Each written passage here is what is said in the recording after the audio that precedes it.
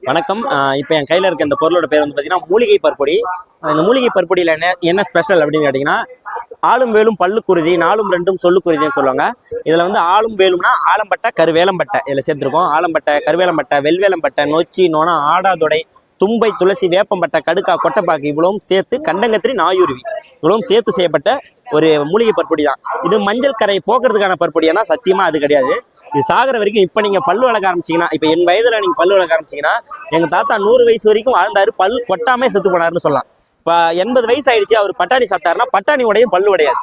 அந்த அளவுக்கு உறுதியாக இருக்கக்கூடிய பல் கரையை போக்காது, அதுக்காக கொடுக்கல. பல் உறுதியாக இருக்கும். பல் ஆட்டம், பல் கூச்சம், வாய் துர்நாற்றம், சொத்த பல்லு, பூச்சி பல்லு, ரத்த கசிவு, ஈருவிக்கு, எதிர்விக்கும், இது எல்லாத்தையும் சரி செய்யக்கூடிய ஒரு மூலிகை பற்பொடி தான். ரொம்ப அருமையாக இருக்கும், தோற்பு தன்மையாக இருக்கும்.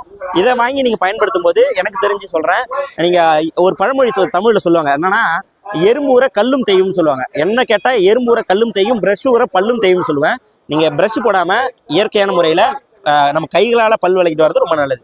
இது தேவைன்னா உங்களுக்கு என்னுடைய தொடர்பு எண் 76 76 38 71 78. நிறைய பேர் ஆர்டர் பண்ணுறாங்க. மினிமம் 2 பீஸ்க்கு மேலே ஆர்டர் பண்ணுங்கள், நான் கொரியர் பண்ணுறேன். சரிங்களா?